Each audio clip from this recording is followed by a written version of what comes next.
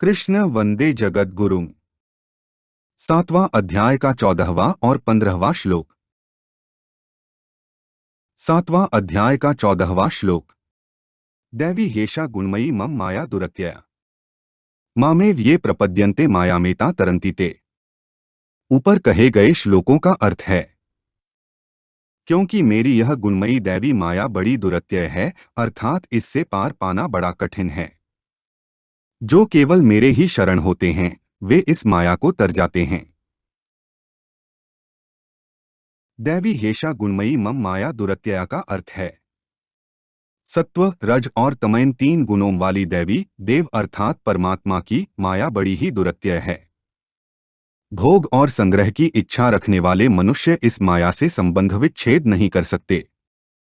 दुरत्यय कहने का तात्पर्य है कि ये मनुष्य अपने को कभी सुखी और कभी दुखी, कभी समझदार और कभी बेसमझ, कभी निर्बल और कभी बलवान आदि मानकर इन भावों में तल्लीन रहते हैं।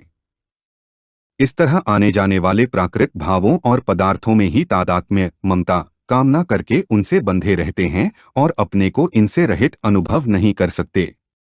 यही इस माया में दुरत्ययपना है। यह गुणमयी माया तभी दुरत्यय होती है जब भगवान के सिवाय गुणों की स्वतंत्र सत्ता और महत्ता मानी जाए। अगर मनुष्य भगवान के सिवाय गुणों की अलग सत्ता और महत्ता नहीं मानेगा तो वह इस गुणमयी माया से तर जाएगा।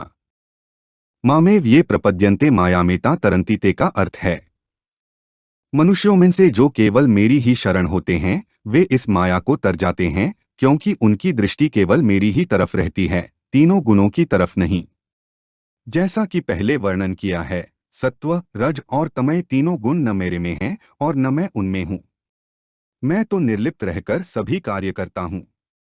इस प्रकार जो मेरे स्वरूप को जानते हैं वे गुणों में नहीं फंसते, इस माया से तर जाते हैं।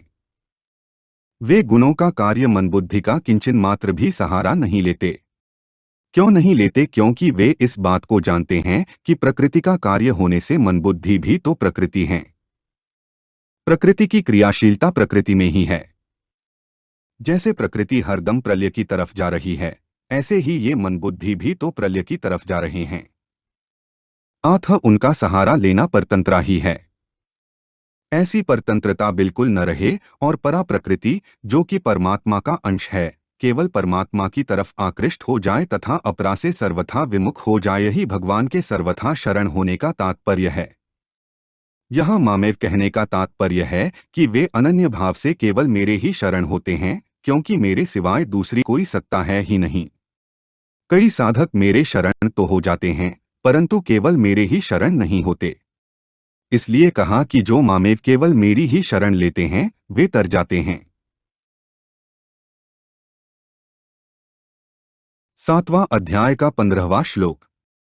नमा दुष्कृतिनो मूढ़ाः प्रपद्यन्ते नराधमाः मायापहृतज्ञाना आसुरं भावमाश्रिता है। ऊपर कहे गए श्लोकों का अर्थ है, किंतु इन तीनों गुणरूप भावों से मोहित यह सब जगत इन गुणों से अतीत अविनाशी मुझे नहीं जानता।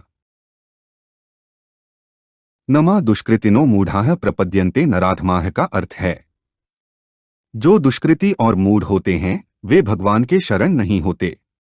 दुष्कृति वे ही होते हैं जो नाशवान परिवर्तनशील प्राप्त पदार्थों में ममता रखते हैं और अप्राप्त पदार्थों की कामना रखते हैं। कामना पूरी होने पर लोभ और कामना की पूर्ति में बाधा लगने पर क्रोध पैदा होता है।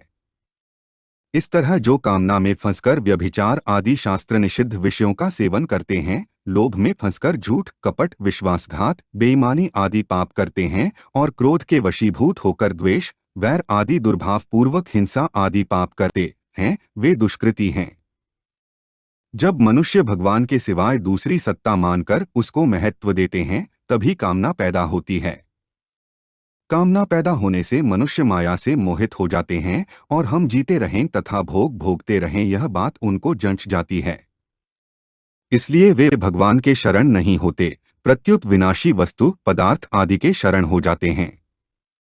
तमोगुण की अधिकता होने से सारासार, नित्यानित्य, सतसत, ग्राह्य त्याज्य, कर्तव्य कर्तव्य आदि की तरफ ध्यान न देने वाले भगवद विमुख मनुष्य मूढ़ हैं। दुष्कृति और मूढ़ पुरुष परमात्मा की तरफ चलने का निश्चय ही नहीं कर सकते, फिर वे परमात्मा की शरण तो हो ही कैसे सकते हैं।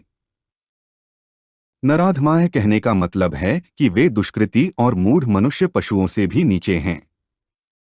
पशु तो फिर भी अपनी मर्यादा में रहते हैं, पर ये मनुष्य होकर भी अपनी मर्यादा में नहीं रहते हैं। पशु तो अपनी योनि भोग कर मनुष्य योनि की तरफ आ रहे हैं, और ये मनुष्य होकर जिनको कि परमात्मा की प्राप्ति करने के लिए मनुष्य शरीर दिया, पाप अन्याय आदि करके नरकों और पशुयोनियों की तरफ जा रहे हैं। ऐसे मूढ़तापूर्वक पाप करने वाले प्राणी नरकों के अधिकारी होते हैं। ऐसे प्राणियों के लिए भगवान ने कहा है कि द्वेष रखने वाले मूढ़ क्रूर और संसार में नराधम पुरुषों को मैं बार बार आसुरी योनियों में गिराता हूँ, वे आसुरी योनियों को प्राप्त होकर फिर घोर नरकों में जाते हैं। मायापहृत ज्ञाना आसुरं भावमाश्रिताः का अर्थ है भगवान की जो तीनों गुणों वाली माया है, उस माया से विवेक ढक जाने के कारण जो आसुर भाव को प्राप्त हो गए हैं, अर्थात शरीर इंद्रियां अंतःकरण और प्राणों का पोषण करने में लगे हुए हैं, वे मेरे से सर्वथा विमुख ही रहते हैं, इसलिए वे मेरे शरण नहीं होते। दूसरा भाव यह है कि जिनका ज्ञान माया से अपहृत है, उनकी वृत्ति पदार्थों के आदि और अंत की तरफ जाती ही नहीं।